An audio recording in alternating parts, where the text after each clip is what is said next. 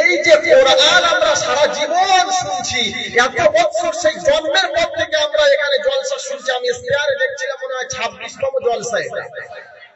এই 26 বছর ধরে মাদ্রাসার অনুষ্ঠানে কোরআনের কথা আলোচনা হচ্ছে, আমরা কোরআন শুনছি। আচ্ছা, আপনাদের কি ভালো লেগেছে না খারাপ লেগেছে? জোরে বলেন। ভালো লেগেছে। ভালো লেগেছে। কেন?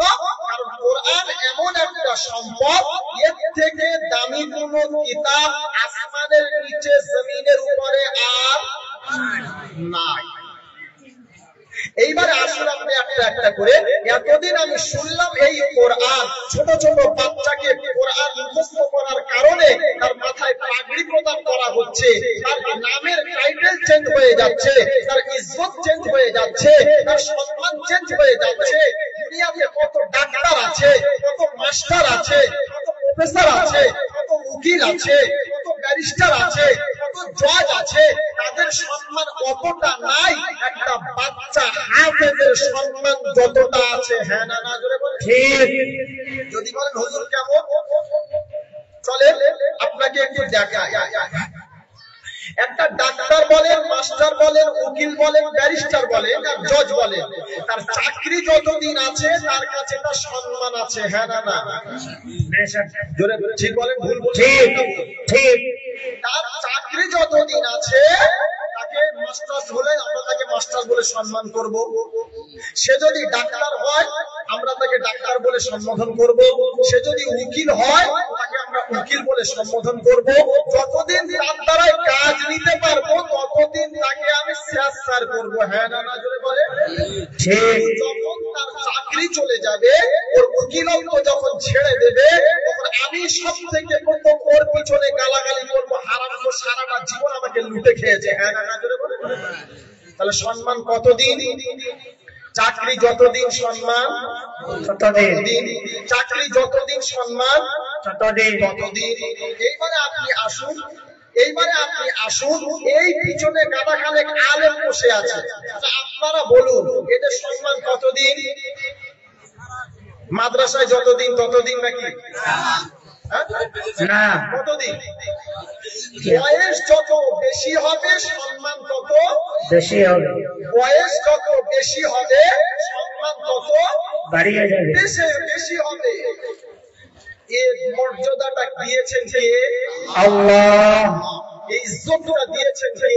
আল্লাহ। তোমার বয়স যত বেশি হবে ইজ্জত তত বেশি হবে, তোমার বয়স যত বেশি হবে সম্মান তত বেশি হবে। আমি চাকরি করি তো আমি যতদিন চাকরি করব মানুষ আমাকে দাওয়াত করে খাওয়াবে, আমি যতদিন এমএলএ ততদিন মানুষ আমাকে বাড়িতে ডাকবে, আমি যতদিন প্রধান ততদিন মানুষ আমার কাছে এসে কাজ নেওয়ার জন্য সে আমাকে বাবু বাবু করবে। এই আলেমটা যত বুড়ো হবে, আমার আলেমের নিজের ভাইটার ঘরে অনুষ্ঠান হবে, সব থেকে প্রথম দাওয়াত পাবে কে? আলিম সাহেব। ওই আলেম দাওয়াত। ঠিক। এ সম্মান দিয়েছেন কে? আল্লাহ। কেন দিয়েছেন? কারণ একটাই। কটা কারণ? একটাই। তার অন্তরের ভিতরে ইলম থাকার কারণে, তার সিনার ভিতরে কোরআন থাকার কারণে এই সম্মানটা রব্বুল জালাল দিয়েছে। এবারে আসুন আপনি একটা একটা করে কোরআন খোলেন, আমি আপনাকে একটা একটা করে আয়াত দেখাচ্ছি। এই যে এত কোরআন কোরআন কোরআন কোরআন করে যাচ্ছে, এই কোরআনটা ছিল কোথায়? কে বলবেন আপনাদের মধ্যে? হুজুর বলতে লাওহে মাহফুজে। লাওহে মাহফুজে তো নাকি? কোরআন কি বলে দেখেন, বাল হুয়া কুরআনুম মাজিদ ফি লাওহিন মাহফুজ। সুবহানাল্লাহ। সম্মানীয় কালাম আমাকে আমার রব রেখেছিল লাওহে মাহফুজ। বলে সুবহানাল্লাহ। তাহলে ছিল কোরআন লাওহে মাহফুজে, লাওহে মাহফুজে থাকার কারণে মর্যাদা কমে গেছে না, নাকি লাওহে মাহফুজের মর্যাদাটা বেড়ে গেছে? বেড়ে গেছে।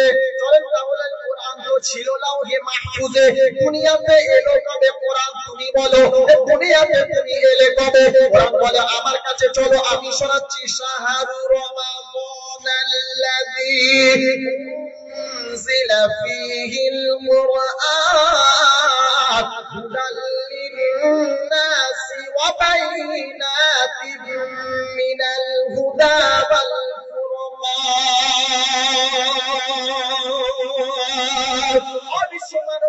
শুনে নাও, কোরআনটাকে আমি আল্লাহ লাউহে মাহফুজ থেকে দুনিয়াতে নাযিল করে দিয়েছি রমজান মাসে।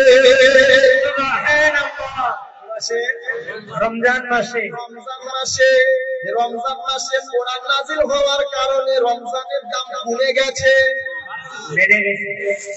কতটা বেড়েছে কোন হিসাব আছে? নাই। কোরআনকে জিজ্ঞাসা করি, আল্লাহর কালাম রমজানে আসলে এটা তো বুঝলাম, দিনে আসলে না রাতে, ওটা তো একবার বলো। বলবে না? বলবে না? বলবে। কোরআন বলছে ইন্না আনজালনাহু ফি লাইলাতিল কদর, নিশ্চয় আমাকে আমার আল্লাহ লাইলাতুল কদরের রাতে নাযিল করে দিয়েছে। সুবহানাল্লাহ। লাইলাতুল কদরের রাতে নাযিল করার কারণে মর্যাদা বেড়েছে না কমেছে? কতটা বেড়েছে? বছরে 365 দিন, হ্যাঁ না না জোরে বলেন, 365 রাত, সব থেকে রাতের দাম রাতটা জোরে বলেন লাইলাতুল কদর, হ্যাঁ না না লাইলাতুল কদর আল্লাহ পাক রব্বুল আলামিন শুনিয়ে দিয়েছে রে বান্দা, রাসূল শুনিয়েছে রে উম্মত, সারা বছর ইবাদত করতে হবে না, লাইলাতুল কদরের রাতটা যদি তোর নসিবে জুটে যায়, লাইলাতুল কদরের রাতে 2 রাকাত নামাজ পড়বি, লাইলাতুল কদরের রাতে একটু ইবাদত করবি, ওই একটা রাত যদি লাইলাতুল কদরের পেয়ে যাস, তো আমি নবী শুনিয়ে দিলাম 1000 রাত ইবাদত করার সওয়াব তোর আমলনামাতে লেখা হয়। সুবহানাল্লাহ। কেন? লাইলাতুল কদরের রাতে কোরআন নাযিল হয়েছে। সোনার বন্ধু আল্লাহওয়ালা ভাইরা, এই যে কোরআনের এত মর্তবা, এত মর্যাদা, এত দাম, এত ইজ্জত, আসমানি কিতাব তো আর একটা ছিল না। একটা ছিল না? কটা কিতাব আসমানি? কটা? আমার চাচা বলছে 4টে, আপনারা কি বলছেন? 4টে। আসমানি টোটাল কিতাব হচ্ছে 104টে। কটা? 104টে আসমানি কিতাব। 4টে বড় বড় কিতাব, তাওরাত, জাবুর, ইনজিল, কোরআন। বাকি যে 100টা ছিল ওগুলোকে সহিফা বলা হয়, ওগুলো নবীদের কাছে এসেছে, কিন্তু ওগুলো আল্লাহ পাকের তরফ থেকে এসেছে। কিন্তু এই যে 4টে তাওরাত, জাবুর, ইনজিল, কোরআন, তাওরাতকে দিল ওরা খেয়ে দিল, জাবুরকে দিল ওরা মুছে দিল, ইনজিলকে দিল ওরা চেঞ্জ করে 12টা বাজিয়ে দিল। আল্লাহ বলল কোরআনের দায়িত্বটা আমি আল্লাহ নিজে নিয়ে নিলাম। নাহনু নাযালনা যিকরা ওয়া ইন্না লাহু লাহাফিজুন। তোমরা শুনে নাও, নিশ্চয় আমি যে কোরআনটা তোমাদের কাছে নাযিল করে দিলাম, কোরআন হেফাজতের দায়িত্ব আমি আল্লাহ নিজে নিয়ে নিলাম। সুবহানাল্লাহ। এই কোরআনকে যখন নাযিল করা হলো, কাফের, বেঈমান, মুশরিক, মুনাফিকরা চিন্তা করলো না না না, এটা হতে পারে না, মুসলমান দুনিয়াতে বাঁচতে দেওয়া যাবে না, মুসলমানদেরকে এত বাড়াবাড়ি করছে কারণ একটা, ওদের কাছে একটা কিতাব আছে, নাম কি? জোরে বলেন, কথা বলেন না কেন? জোরে বলেন কোরআন। তাহলে কি করতে হবে বলো? বলে কোরআন গুলো সব শেষ করে দাও, এদের কোনো অস্তিত্ব থাকবে না। কোরআন গুলো এক জায়গাতে করা হলো, কোরআন গুলোকে সমুদ্রতে ফেলে দেওয়া হলো, আগুনে পুড়িয়ে দেওয়া হলো। চিন্তা করলো মুসলমান শেষ হয়ে গেল, কোরআনের কাছে আর রইল না, ওদের আর কোনো মুস্তানি চলবে না। তখন আলেম ওলামাদের কাছে খবর চলে এলো, কোরআনকে শেষ করার জন্য কাফের, বেঈমান, মুশরিক, মুনাফিকরা চিন্তা ভাবনা করে নিয়েছে। আলেমরা বলল আর চিন্তা করতে হবে না, টেনশন নিতে হবে না, ওরা কটা কোরআন শেষ করতে পারে আমরা একবার দেখতে চাই। বলে কি করে একবার বলো? পুরো বাচ্চা ছেলেকে ডাকা হলো, বলে একবার বিসমিল্লাহ বলে কোরআন খোলো, জোরে বলো। ছোট বাচ্চা ছেলেটা শুরু করলো আলহামদুলিল্লাহি রাব্বিল আলামিন। 15 পারা শুরু করলো সুবহানাল্লাযী আসরা বিআবদিহি লাইলাম মিনাল মাসজিদিল হারাম। 15 হয়ে গেল। হুজুর বললেন আরেকজনকে ডাকিয়ে বললো বেটা পড়। শুরু করেছে ক্বালা আলাম আকুল লাকা ইন্নাকা লান তাসতাতিআ মাইয়া সাবরা। যখন 16 থেকে 30 হয়ে গেল, কাফের বেঈমানদের মাথাগুলো সব খারাপ। চিন্তা করছে এটা কি করে হলো, আর কটা কোরআন পড়াবো, এটাই তোমরা বলো। সারা জীবন যদি আমরা কোরআনকে শেষ করতে চাই, কোরআন শেষ করা সম্ভব হবে না। আইসলাচ্ছাদ বন্ধু আল্লাহওয়ালা ভাইয়েরা, এটা আমাদের জামানাতে না। আমার নবী যখন মক্কাতে বসে যখন কোরআন তেলাওয়াত করতে, নবীর কোরআন না শুনলে কাফের বেঈমান মুশরিক মুনাফিকদের ঘুম হতো না। আল্লাহর নবী ঘরে কোরআন তেলাওয়াত করবে, কাফের বেঈমান মুশরিক মুনাফিকরা আবু জাহাল, উতবা, সাইবা, ওয়ালিদ ইবনে মুগীরা, বড় বড় কাফের গুলো, লিডার গুলো রাসূলের ঘরের কাছে এসে জানালা থেকে উকি মেরে কোরআন শুনবে। একজন আরেকজনকে জিজ্ঞাসা করে, কি রে ভাই এখনো ঘুমাস না কেন, একবার বল। বলে কি বলবো, দুঃখের কথা, মুহাম্মাদের জামানে যতক্ষণ কোরআন শুনি না আমি হতভাগা, আমার ঘুম আসে না। আবু জাহেল চিন্তা করলো এটা হতে পারে না, আর এইভাবে যদি কোরআন শোনে তাহলে আর আমার দল থাকবে না। হুকুম জারি করে দিল, কাল থেকে মুহাম্মাদের কোরআন কেউ শুনতে যাবে না। আল্লাহ পাক নবীকে ডাক দিয়ে শোনাচ্ছে, হাবিব কি ঘটেছে কি জানো? আল্লাহ কি করে জানবো বলো? বলে হাবিব গো, কাফের বেঈমান মুশরিক মুনাফিকরা ওদিকে আলোচনা করেছে, আর তোমার কোরআন শুনতে কেউ আসবে না। হাবিব টেনশন তুমি নিও না, আল্লাহ পাক রব্বুল আলামিন কোরআন শুনিয়েছেন, ওয়া ক্বালাল্লাযীনা কাফারু লা তাসমাউ লিহাদাল কুরআন ওয়ালগাউ ফীহি লাআল্লাকুম তাগলিবুন। পারা নাম্বার 24, পৃষ্ঠা নাম্বার 18, সূরার নাম সূরা হামিম সাজদা, আয়াত নাম্বার 26। রব্বুল জালাল বড় সুন্দর শুনিয়েছেন, ওয়া ক্বালাল্লাযীনা কাফারু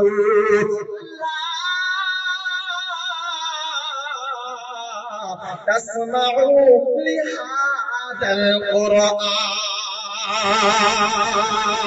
মক্কাবাসী তোমরা শুনে না, মুহাম্মদ যে কোরআনটা তেলাওয়াত করে, মুহাম্মদ যেটা পড়ে, ওটা তোমরা কেউ শুনতে যাবে না।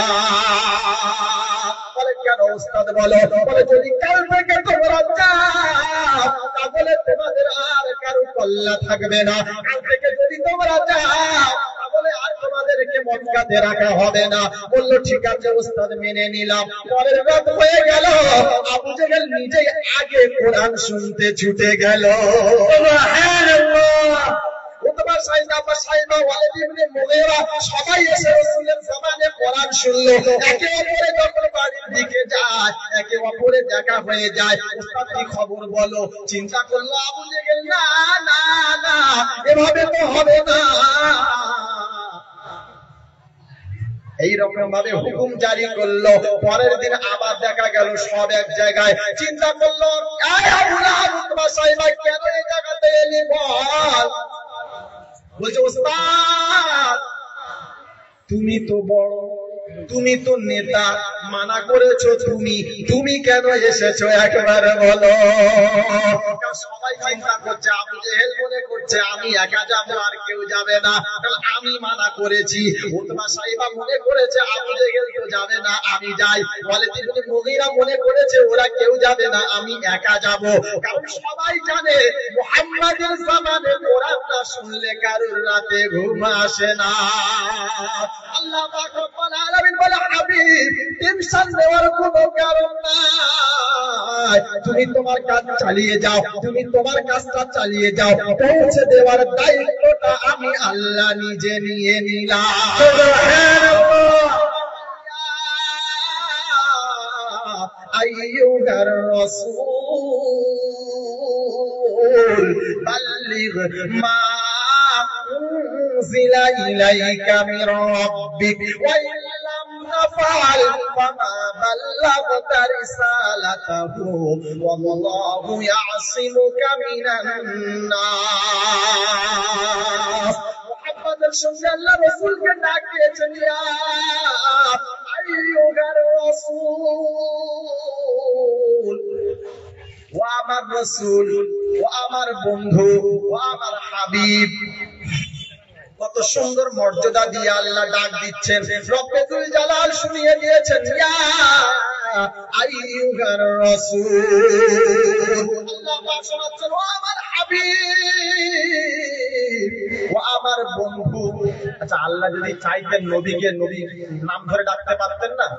ধরে বলে তবু তিনি কেমন ভাবে ডাকছেন? মুহাব্বতের সাথে, ইজ্জত দিয়ে, সম্মান দিয়ে, ও আমার হাবিব, ও আমার দোস্ত, ও আমার বন্ধু। পুরো কোরআনে আল্লাহ পাক শুধু নবীর পরিচয় করিয়ে দিতে গিয়ে এক জায়গায় রাসূলের নাম উল্লেখ করেছেন, মুহাম্মাদুর রাসূলুল্লাহি ওয়াল্লাযীনা মা'আহু। সাল্লাল্লাহু আলাইহি সাল্লাম কি বললেন? বলে এখানে সাল্লাল্লাহু আলাইহি সাল্লাম বলা যাবে না, কারণ এটা কোরআনের আয়াত। আর কোরআনের আয়াত যখন পড়া হবে, নবীর নাম যদি এসে যায় তো সাল্লাল্লাহু আলাইহি সাল্লাম বলা যাবে না।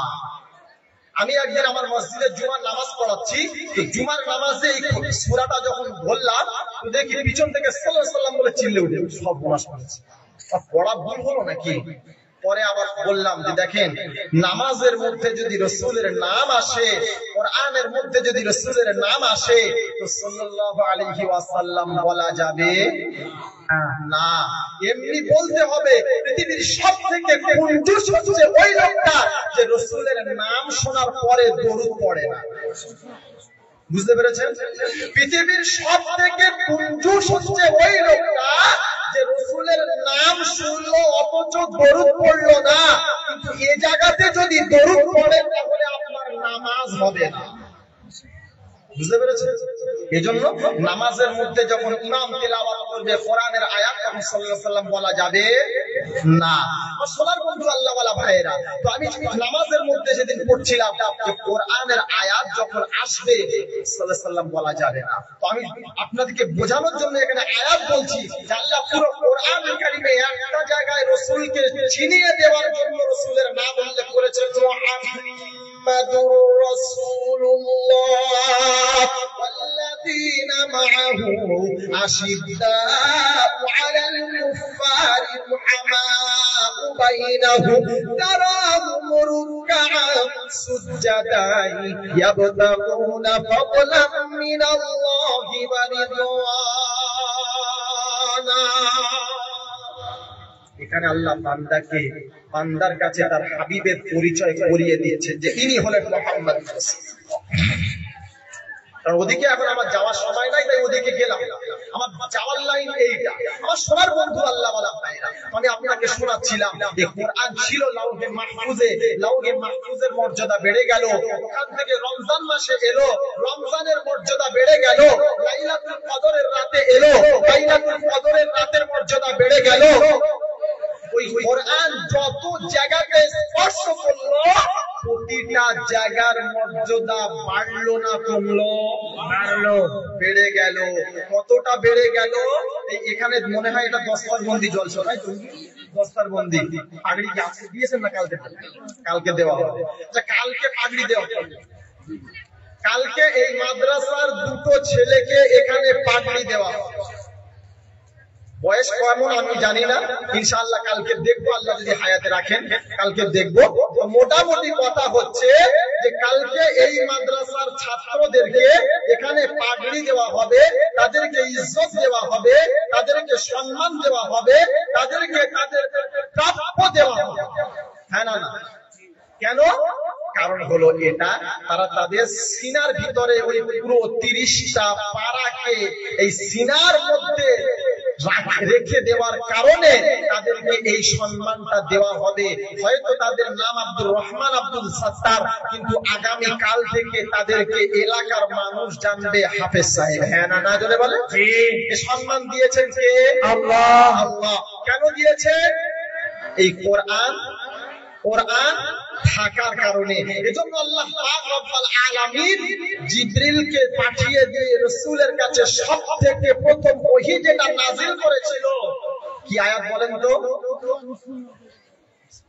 সোনার বন্ধু আল্লাহওয়ালা ভাইরা, জিবরিল আল্লাহর নবী সাল্লাল্লাহু আলাইহি ওয়াসাল্লাম হিরা গুহার ভিতরে ইবাদতে মগ্ন আছেন। হঠাৎ করে জিবরিল আমিন এসে হাজির হয়ে গেছে।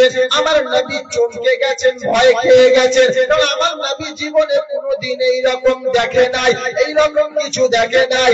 এক পর্যায়ে তিনি ডাক দিয়ে বলছেন, ইয়া মুহাম্মদ।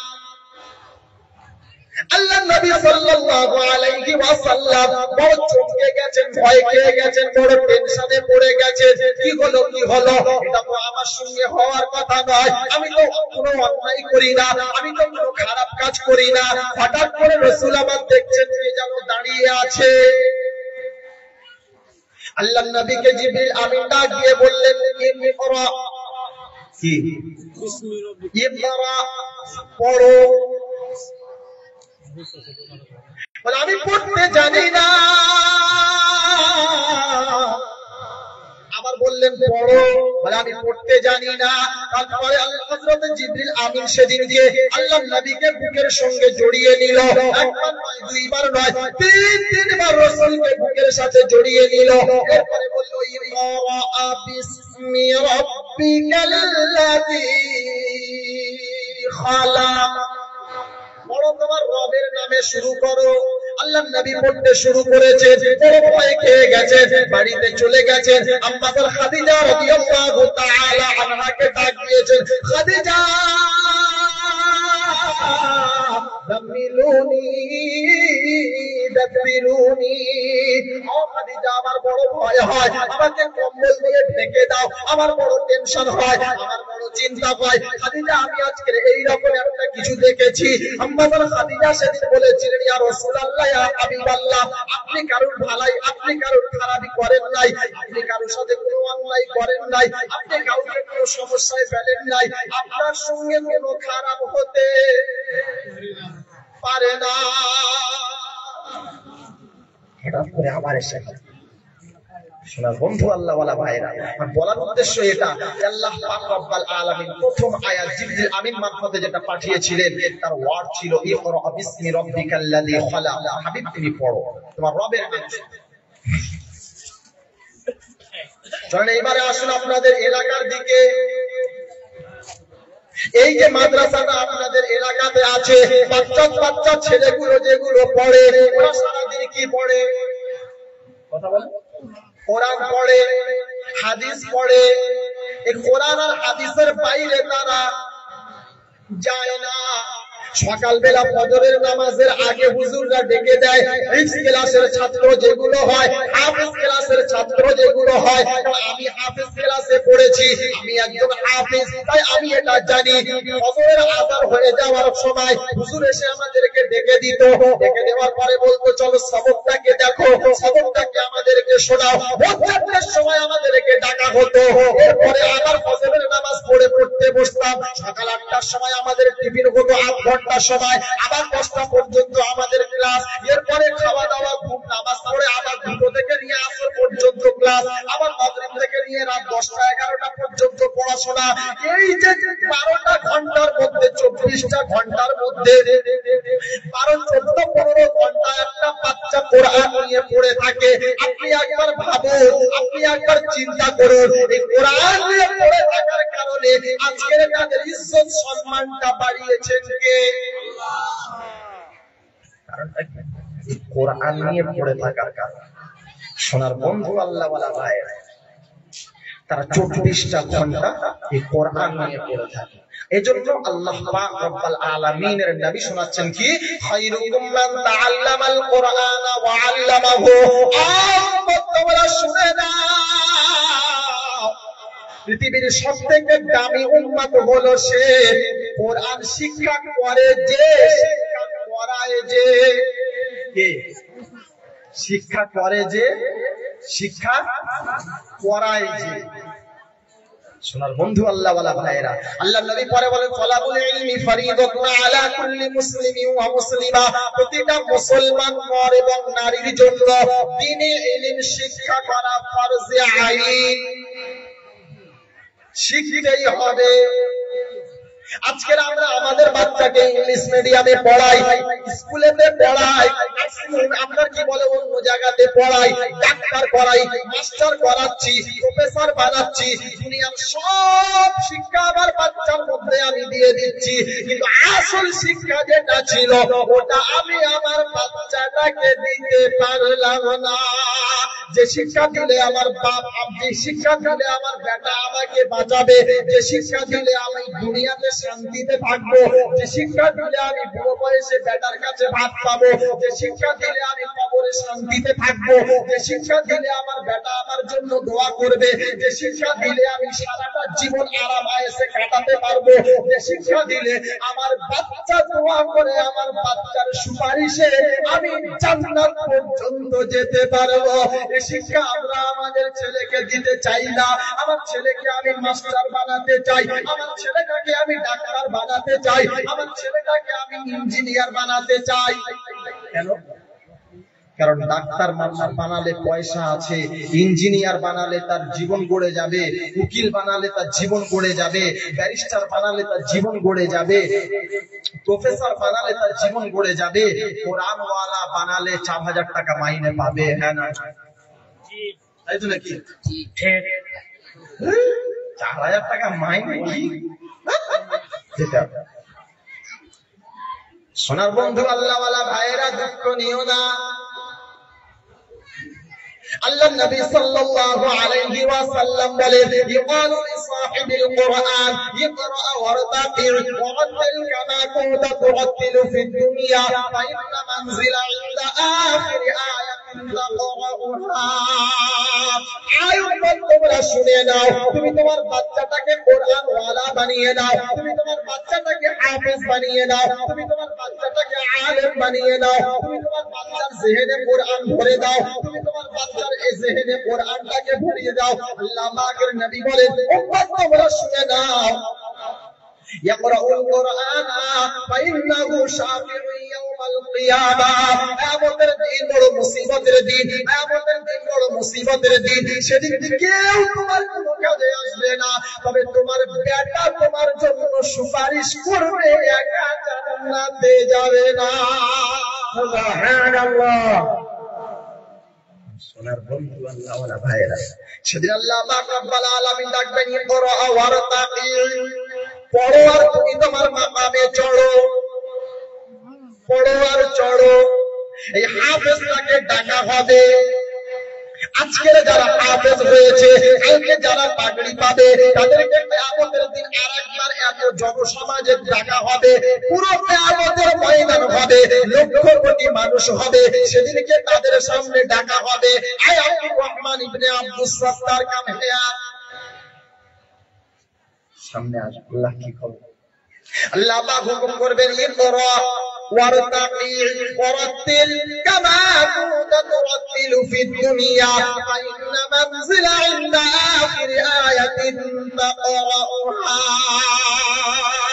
আয় কোরআন ওয়ালা, তুমি আজকের তেলাওয়াত করো, তেলাওয়াত করো আর তুমি তোমার মাকামে চড়ো, তেলাওয়াত করো আর তুমি তোমার মাকামে চড়ো। হাফেজ যারা হবে, আলেম যারা হবে, কোরআন ওয়ালা যারা হবে, কোরআনের পাখি যারা হবে, কিয়ামতের দিন তাদের আলাদা সম্মান হবে, কিয়ামতের দিন তাদের আলাদা ইজ্জত হবে। আল্লাহ পাক রব্বুল আলামিন ডাক দিয়ে শুনিয়ে দিয়েছে, বান্দা শুনে নাও, সেদিন তার বাপ মা যারা হবে তাদের মোদির মেম্বারে জায়গা হবে, নূরের তাজ তাদের মাথায় হবে, কোনো টেনশন তাদের হবে না, কোনো চিন্তা তাদের হবে না, কোনো সমস্যা তাদের থাকবে না, তারা সেদিন কোনো মুসিবতে পড়বে না, আরামে সেদিন বসে থাকবে। আর আল্লাহ পাকের গণপত্যায় হুকুম হবে, সেদিন যাও তোমরা দয়ার জান্নাতে চলে যাও। সুবহানাল্লাহ। আল্লাহওয়ালা ভাইরা, এটা কোরআন ওয়ালার মর্যাদা, কোরআন ওয়ালার মর্যাদা, দুনিয়ার কোনো মর্যাদা নাই। দুনিয়া ওয়ালার কোনো এইরকম মর্যাদা আল্লাহ পাক দেয় না, দয়ার রাসূল দেয় না, দিয়েছেন তো কোরআন ওয়ালার জন্য। আমার আল্লাহওয়ালা বন্ধু শোনাচ্ছেন ভাইরা, আজকের আপনাদের এলাকাতে এত সুন্দর একটা মাদ্রাসা, আপনারা বড় ভাগ্যবান। আপনাদের মতন ভাগ্যবান আমি হতে পারলাম না, আপনাদের মতন ভাগ্যবান অনেক মানুষ হতে পারলো না। যদি বলেন হুজুর কেন? কারণ এলাকায় মাদ্রাসা থাকাটা কতটা দামি, কতটা ভালো, এটা এখনো আমার আর আপনার জানা হলো না। যদি আমি আর আপনি এটাকে বুঝতাম, জানতাম যে এলাকায় মাদ্রাসা থাকলে আমার লাভ কি, তো আপনি সেই দিন বুঝতে পারতেন যে আপনার এলাকায় মাদ্রাসা হওয়ার কারণে আপনি কত বড় নসিবওয়ালা, ভাগ্যবান। কি বুঝতে পারেন না? সোনার বন্ধু আল্লাহওয়ালা ভাইয়েরা, যদি বলেন কেন?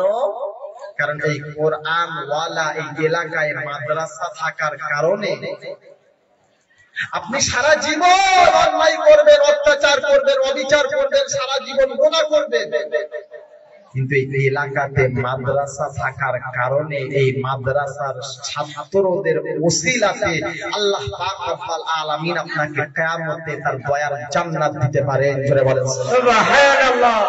যদি বলেন হুজুর কেমন ভাবে, কেমন ভাবে বলেন? আল্লাহর নবী সাল্লাল্লাহু আলাইহি ওয়াসাল্লাম